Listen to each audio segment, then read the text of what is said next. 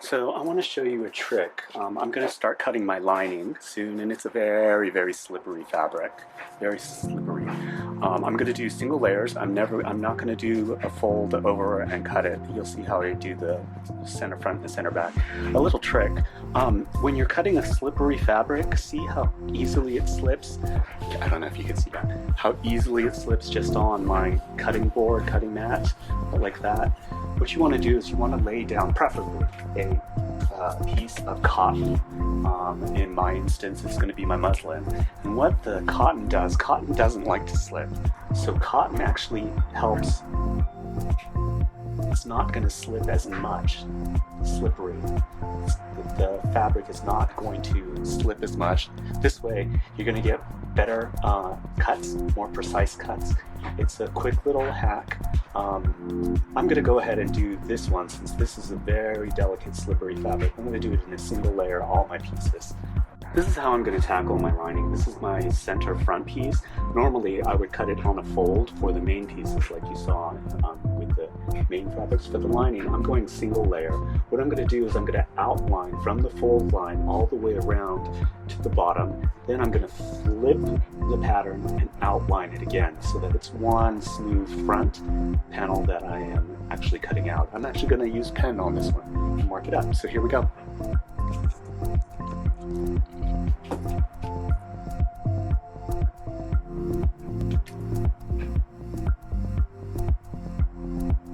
Check the grade.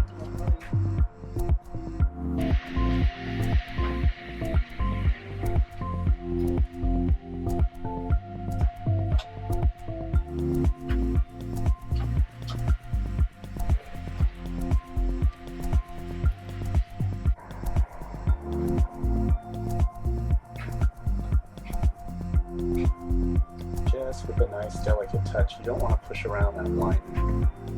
Also, if you've noticed, I haven't pinned it. Sometimes the pins can actually cause such a delicate fabric to warp out of place wherever you have the pin up.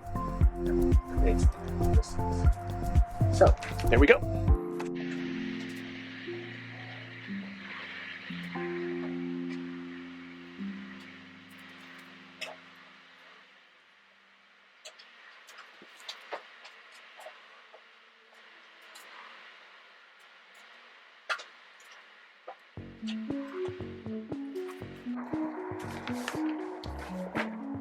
And there we go.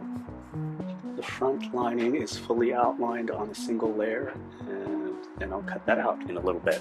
I'm making sure, see where it says 6? I'm making sure that that line is absolutely parallel right there on the selvage edge. Right there where the loom pins were. And then I'm making sure that it's even right at 20. You see there? That's the center fold.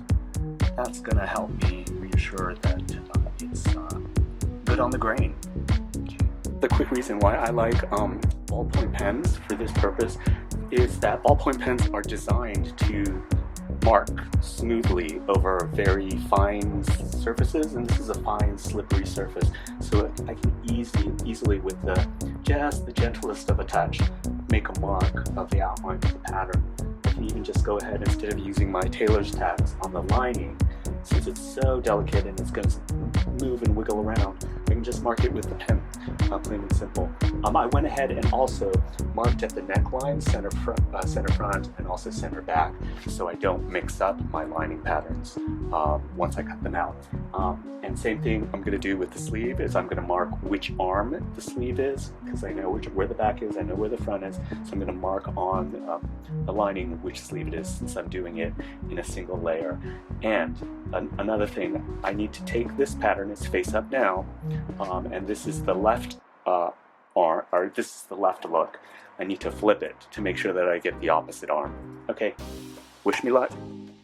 Well, here's something that I didn't do with the body fronts and the sleeves, but normally I would adjust the bottom hem and of both, like the cuff and also the waist, because I know that I want them shorter than the outer garment.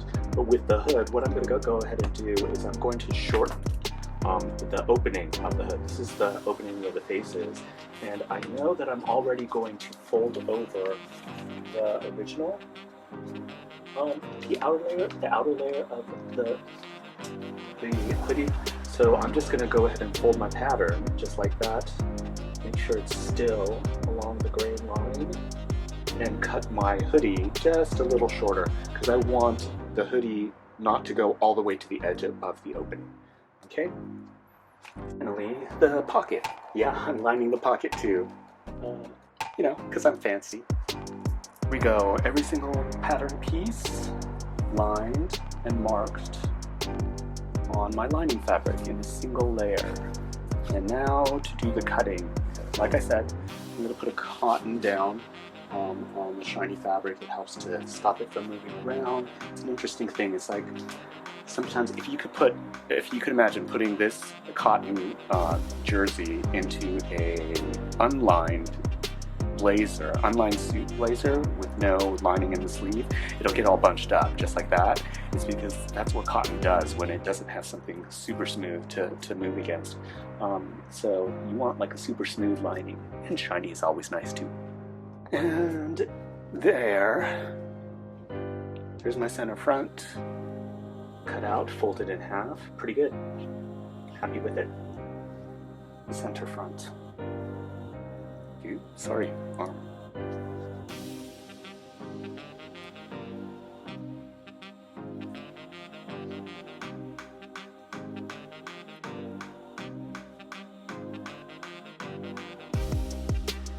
Pretty cool. Thing that came up. I'm wondering, I wanted to ask y'all, when you are cutting, I find myself looking ahead of where I'm cutting. After the first initial cut, I'm always looking a couple of inches ahead because I trust that the scissors are, for example, straight. So they're going to go in a straight line. I want to target the far end to meet a far point, and I get a straighter line. Do you guys do that as well? I'm just curious. Okay, there we go. All my fabric pieces cut and marked and ready to go. I'm going to make a artistic executive decision. I'm not going to include a drawstring cord for the hoodie. I'm hoping, and I think that it will, stay open much like a hooded cape, a hooded cloak, just to kind of sit there on your head. Anyhow, onto the sewing, the easy part.